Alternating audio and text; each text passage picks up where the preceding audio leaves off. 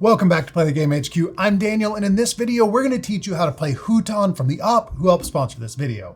In Hutan, players will take turns planting flowers, growing trees, and attracting animals to their little patch of rainforest as you compete to have the most vibrant and breathtaking ecosystem at the end of the game. The first time you open the game, there is a little bit of assembly required, as you do have to assemble the box organizer and punch and assemble all 64 trees, but these store in the box fully assembled, so you only have to do that once. Before we get into setup, let's go through a general overview of the game. You'll be playing Hutan over 9 rounds, with each player taking 2 turns per round. On your turn, you'll choose a card from the market and add the matching flowers to your board, which is divided into areas that are separated by rivers. Depending on how you place those flowers, you may grow trees or attract animals to your rainforest, and at the end of the game, you'll score points for trees, animals, and areas on your board that have a single colored flower, and you'll lose points for incomplete areas or areas with mixed colors of flowers. The player with the highest score at the end of the game wins. The game also includes an advanced variant that adds in ecosystem cards, a solo mode, and a number of achievements, scenarios, challenges, and modifications to expand your experience with the game, and we'll discuss all of those at the end of the video. To set up the game, the first thing you need to do is pick a board layout. There's 4 different types of 2-sided boards, each with a different colored marker in the corner. There's red, white, blue, and pink circles on one side and squares on the other. Each player will always use one of each color board, so you should never have more than one board with the same color marker in the corner. So first, give everyone their 4 boards. Then one player needs to take their 4 boards and pick a 2x2 layout, and then all of the other players will match that layout so everyone has an identical 2x2 setup in front of them. For your first game, it's recommended that you use this layout with the red, white, blue, and pink circles pointing towards the inside and arranged in this order, but you can use any layout you want or just arrange them randomly as long as you use all 4 boards and everyone has an identical 2x2 setup. Once everyone has their boards, shuffle the flower cards and create 9 stacks of cards. The number of cards in each stack depends on the player count, and it will always be 2 per player minus 1.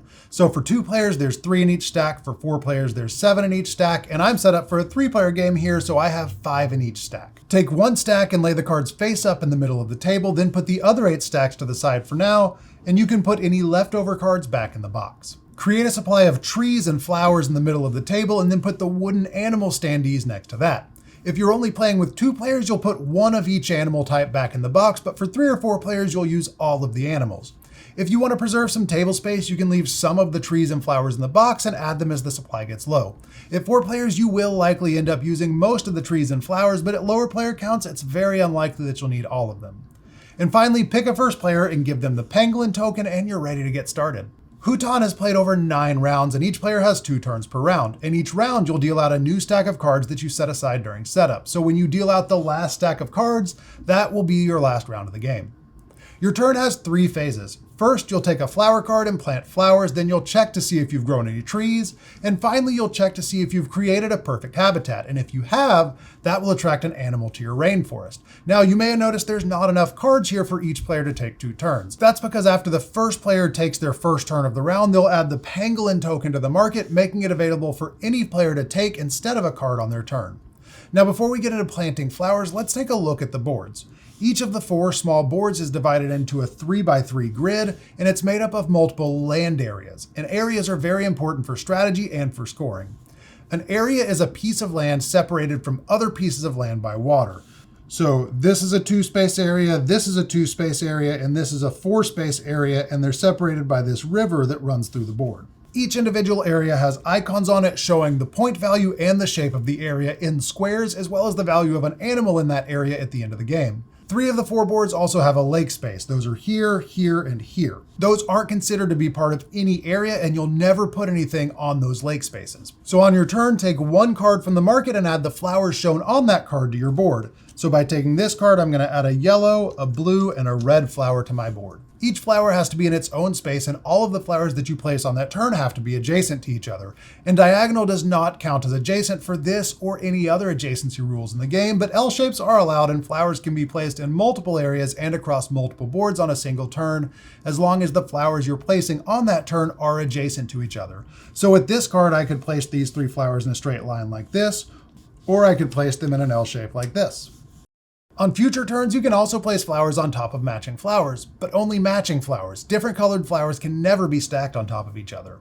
If you are going to stack flowers, they have to be stacked on top of flowers from an earlier turn. So I could not take this card and stack these two red flowers on top of each other on a single turn. After your first turn, at least the first flower you place each turn has to be adjacent to or on top of a flower that's already on your board. And even when you're stacking flowers, all of the flowers you place on your turn have to be adjacent to each other. So even though I wouldn't be allowed to stack these two flowers on top of each other, I could take this same card and stack a red flower on top of that existing red flower and then put this one next to it. And after the first player takes their first turn each round, add the pangolin token to the market next to the cards. Once it's out, any player can take that token instead of a card, and if you take the pangolin token, you'll go first the next round, and it also shows a wild symbol on it, which lets you take one flower of any color when you take the token. There's also flower cards with the wild symbol, and those do the same thing. They allow you to take one flower of any color. As you're placing your flowers, remember that you want each area of your board to have a single color of flower in it, and you want to fill areas. Completely empty areas are just worth 0 at the end of the game, but partially filled areas and areas with more than one color of flower will score negative points, so keep that in mind as you decide how and where to place your flowers. Once you've placed all of your flowers, check to see if you grew any trees. Trees grow anywhere that 2 flowers of the same color are stacked on top of each other, so taking the turn that I demonstrated earlier, a tree will grow on top of this stack of 2 red flowers. There's different shapes and sizes of trees, but functionally they're all the same and they all score you 2 points at the end of the game. To plant a tree, pick any tree from the supply, return the top flower of the stack to the supply, and put your tree on the bottom flower. And if you made more than one stack of flowers on your turn, you'll plant trees on all of them. Once you've planted all of your trees, check for a perfect habitat. A perfect habitat is an area that is completely filled, has only one single color of flower on it, and has trees on all of the flowers. So this is a perfect habitat. This is not a perfect habitat because it doesn't have trees on all the flowers. And this isn't a perfect habitat because even though it's filled and it has trees on every flower, the flowers are different colors. If you have made a perfect habitat, you'll attract an animal to that area. Take the animal that matches the color of flowers in the area and replace the last tree that you placed with the animal standee. So this is the last tree that I placed in this area. It has red flowers, so I will take a red animal standee and put it on that flower. Throughout the game, you can have more than one of the same colored animal in different areas of your board, but if all of the matching animals have been taken, then you won't get to place one. You can only attract one animal per turn, and you can only attract animals to perfect habitats that you completed on that turn. If on your turn you complete more than one perfect habitat, you have to pick which one gets an animal, and you cannot come back on a later turn and attract an animal to one that you finished on an earlier turn. If you do have to choose between multiple areas to place an animal, each area shows the point value of an animal in that area at the end of the game, so if it's available, you'll probably want to place the more valuable animal. When you attract an animal, you can fertilize the surrounding areas, but this is optional. To fertilize, you may place flowers on any spaces adjacent but not diagonal to the animal that you just placed. When you have the option to fertilize, you can choose to not place any flowers or to not place all of the flowers that you could. And you can place any color or combination of flowers that you want. And fertilizing can grow trees, but it can't attract other animals since you can only attract one animal per turn. So attracting an animal to this space, I could place a flower here, here, or here, not here because there's already a tree on this space.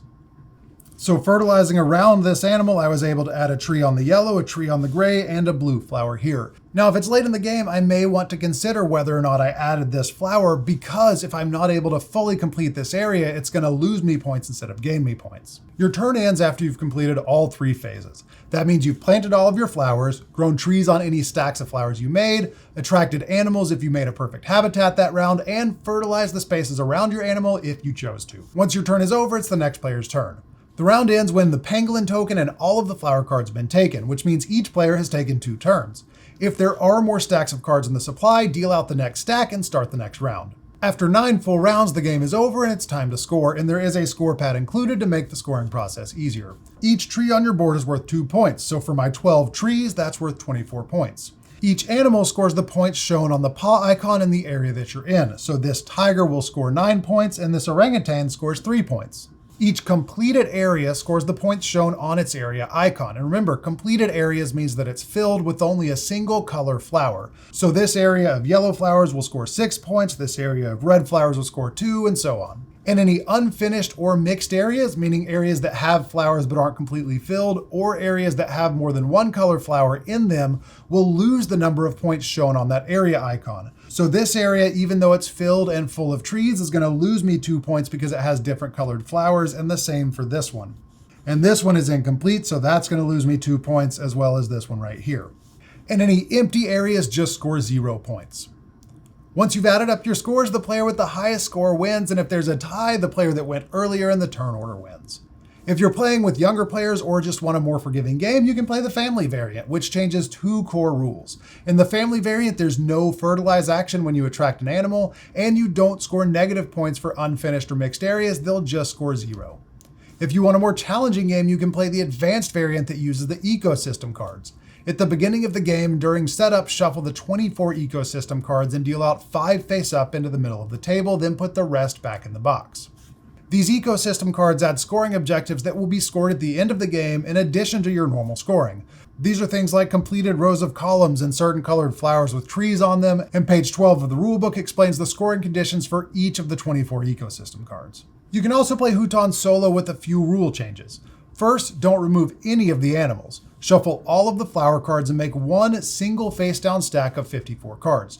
There's 70 flower cards total in the game, so once you shuffle them, you'll remove 16 cards and put those back in the box. You can also put the pangolin token in the box since there's no first player, and then deal out 5 ecosystem cards if you want to play the advanced variant. Each round, you'll deal out 3 cards and choose one to take and use just as you would in a normal game. After you've finished your turn, discard the 2 remaining cards and deal out 3 more. The game ends after 18 rounds when there's no cards left. Score the same way you would in a multiplayer game and then compare your score to the chart on page 8 of the rulebook to see how you did. And when you're ready to expand your experience even more, you can try to complete the 50 achievements starting on page 8 of the rulebook. These include pre-built scenarios, in-game challenges, and modifications that change some of the core rules of the game, and most of these can be completed at any player count, including solo. And that's Hutan. If you have any questions at all, be sure to leave a comment below and we'll answer as quick as we can. Thank you so much for watching. We'll see you later. Bye.